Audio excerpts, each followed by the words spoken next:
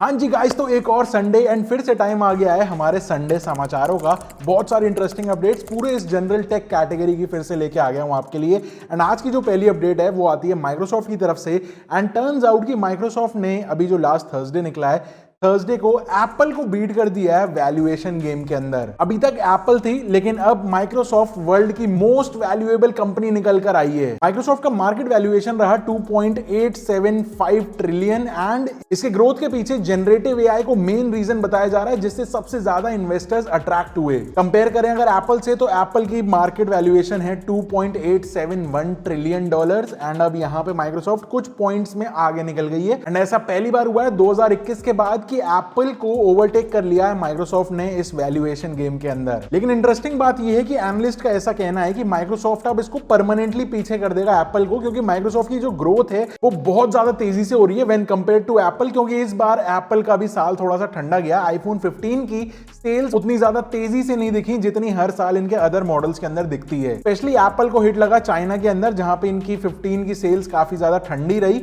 Also वहां पे कुछ और भी रीजंस रहे, जैसे चाइना एंड यूएस के टेंशंस जो रहते हैं, प्लस वहां पे एप्पल को हुआवे से भी एक अच्छा खासा कंपटीशन मिलता है। आपका क्या ओपिनियन है? क्या फिर से आईफोन 16 आने के बाद एप्पल फिर से ओवरटेक कर सकता है, या फिर अब माइक्रोसॉफ्ट जो अपनी जनरेटिव एआई की लीग में आगे निकल रहा है वहां से एप्पल को इन वाले टर्म्स में तो पीछे छोड़ ही देगा?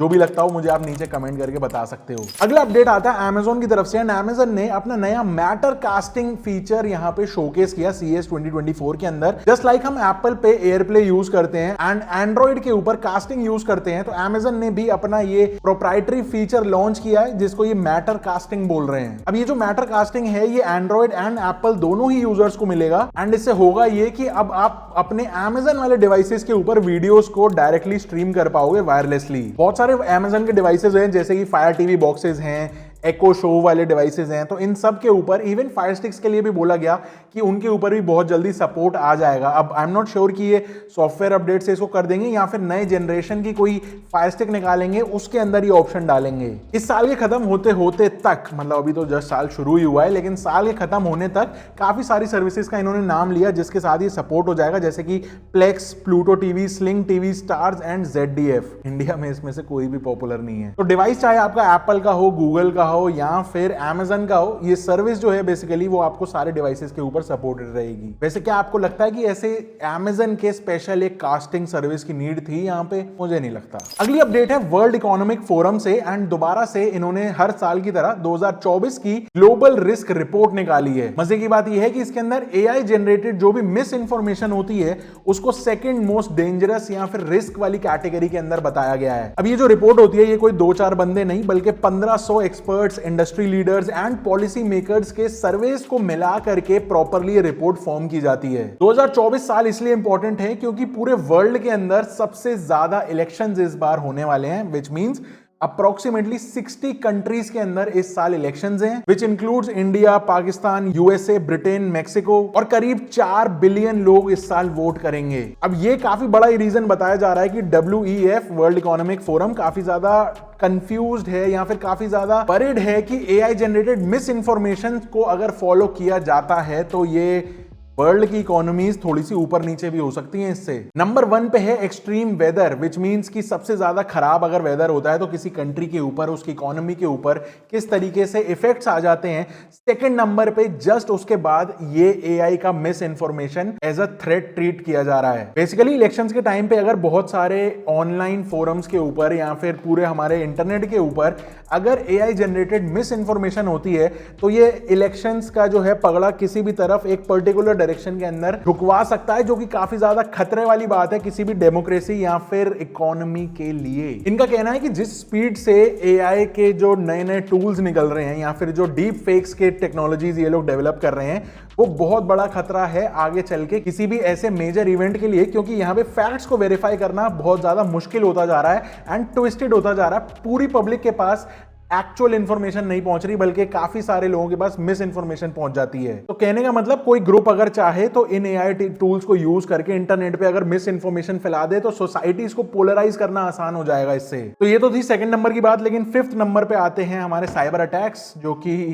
हर साल हर महीने कुछ ना कुछ नए रूप से आते रहते हैं, अलग अलग कंपनीज को टारगेट करते हैं और इंडिविजुअल्स के साथ स्कैम्स होते रहते हैं। अगली अपडेट Hyundai की तरफ से है। 2024 के सीएस में फाइनली हमने फ्लाइंग टैक्सीज देख ली हैं।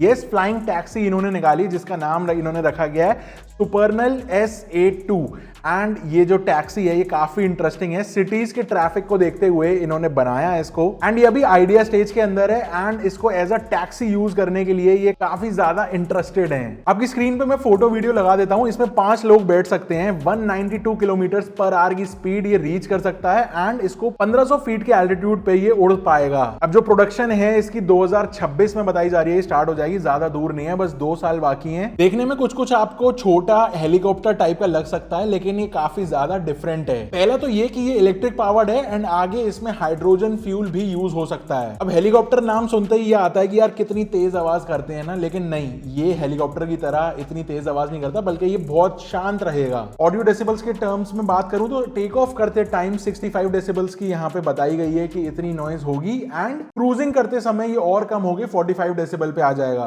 कंपैरिजन के लिए ये सिर्फ उतना ही साउंड है जितना आपके घर में कोई डिशवॉशर करता है, लेकिन ये एक्चुअल में सिर्फ टैक्सीज के मतलब का ही है क्योंकि इसकी जो रेंज है यानी किलोमीटर्स कितने ये फ्लाई कर पाएगा वो सिर्फ 40 to 65 किलोमीटर ही है। मतलब एक शहर से दूसरे शहर नहीं, इंटरसिटी वाली ओला नहीं चलेगी इसके अंदर, बस सिटी के अंदर ही अंदर कहीं जाना चाहो तो वो काम हो जाएगा। इसके जो फ्लाइट टेस्ट हैं वो अगले साल यानी 2025 में स्टार्ट हो जाएंगे, लेकिन देखना ये होगा कि सिटीज के अंदर ये कैसे काम करते हैं। ऑब्वियसली इंडिया में तो ये बाद में आएगा, लेकिन ये देखना इंटरेस्टिंग होगा कि ये अपनी होम कंट्री के अंदर सिटीज के अंदर कैसे एक्चुअल में काम करती हैं। ये एयरक्राफ्ट कितनी स्पीड से चल रहा होगा, क्या हमको एक्चुअल में जो रोड रूल्स हैं, ट्रैफिक रूल्स हैं, वो सब क्या चेंज करने पड़ेंगे, मतलब कितनी ऑल्टीट्यूड पे एक्चुअल में क्रूज करता है। ये तो कैपेसिटी इन्होंने बता दी। कई बार हाई टेंशन वायर्स होती हैं ऊपर, तो वो कैसे सब चीज मिल के या गवर्नमेंट इसके अंदर कितना हेल्प करती है, देखना काफी इंटरेस्टिंग होगा।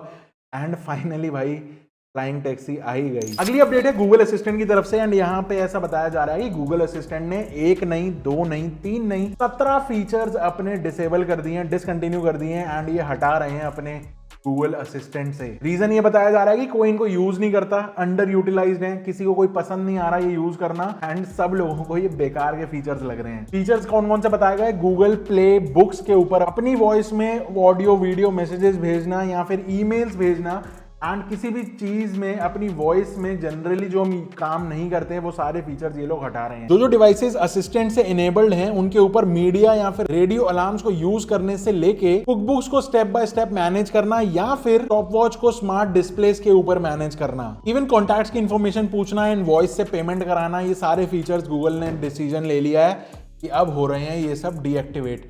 इनमें से मुझे लगता है वाकई में ऑलमोस्ट सारे ही ऐसे हैं जो कभी मैंने आज तक यूज नहीं करे।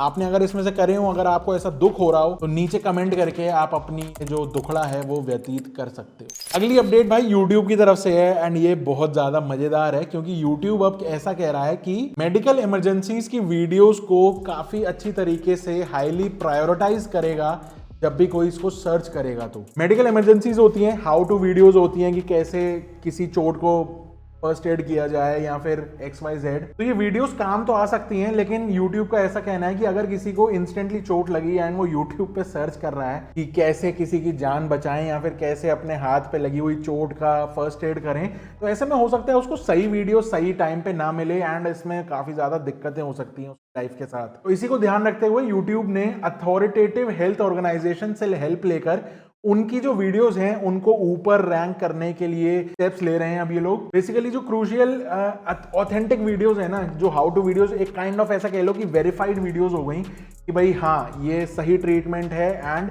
जब कोई ये सर्च करे तो यही वीडियो ऊपर आनी चाहिए, जिससे कि व्यूअर फटाफट से उसको देख के सही इंफॉर्मेशन लेके सही तरीके से अपने चीज को ट्रीट कर पाए। तो ऐसी वीडियोस को ये लोग सर्च में ऊपर लेके आएंगे एंड ऐसे मेडिकल इंस्टीट्यूशन से अप्रूव्ड होंगे काइंड ऑफ ये वीडियोस। इसमें मेडिकल मिस इन्फॉर्मेशन को ट्रीट किया जाएगा। कोई अगर गलत इन्फॉर्मेशन दे रहा है किसी चीज को ट्रीट करने के लिए तो वो वीडियो शायद हटाई जा सकती हैं। प्लस साथ में एसेंशियल इमरजेंसी जो वीडियोज होते हैं जैसे कि CPR, choking, bleeding, heart attack, stroke, seizure, opioid overdose, इन सब से रिलेटेड जो वीडियोस हैं उनको सर्च में ऊपर कर दिया जाएगा, जो वेरीफाइड वीडियोस रहेंगे। मेरे हिसाब से ये फीचर ठीक है, लेकिन क्या एक्चुअल सिनेरियो में जब किसी को चोट लगेगी या फिर जितने भी ये इन्होंने बताया है हार्ट अटैक, स्ट्रोक, सीजर, उस टाइम पे कोई रश करेगा हॉस्पिटल पे या फिर यूट्यूब पे वीडियोस देखेगा बैठ के?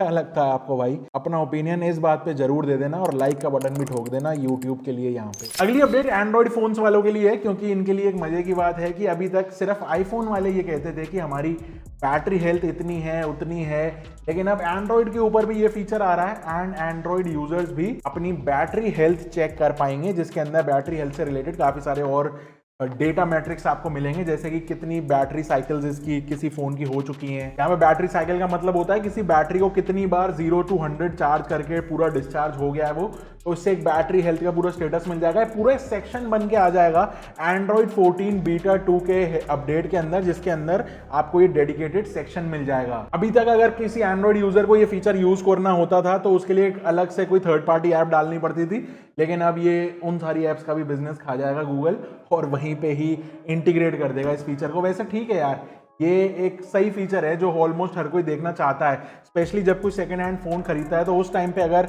एक्चुअल बैटरी हेल्थ देखने को मिल जाए तो उससे काफी ज्यादा हेल्प हो जाएगी। नहीं, आज की जो लास्ट अपडेट आती है वो है 1X टेक्नोलॉजीज की तरफ से, एंड ये बेसिकली एक ऐसी कंपनी है जिसको ओपन एआई ने बैक किया हुआ है, एंड इस कंपनी ने $100 मिलियन की फंडिंग रेज करी है। गेस करो कौन से सेगमेंट में ये काम करना चाहते हैं? ह्यूमनॉइड रोबोट्स की कैटेगरी के अंदर इंसानों जैसे दिखने वाले रोबोट्स को ये बनाएंगे, एंड इसमें ये पहली कंपनी नहीं है बल्कि Honda, SoftBank, Boston dynamics and Tesla ऐसी कंपनीज हैं जो फ्यूचरिस्टिक्स एंड रोबोट्स को ऑलरेडी बनाने में लगे हुए हैं काफी सालों से। ये जो 1X टेक्नोलॉजीज है, पहले इसका नाम था हालोदी रोबोटिक्स एंड ये यूरोप बेस्ड कंपनी है। तो अब ये इन्होंने $100 मिलियन और रेज कर लिया।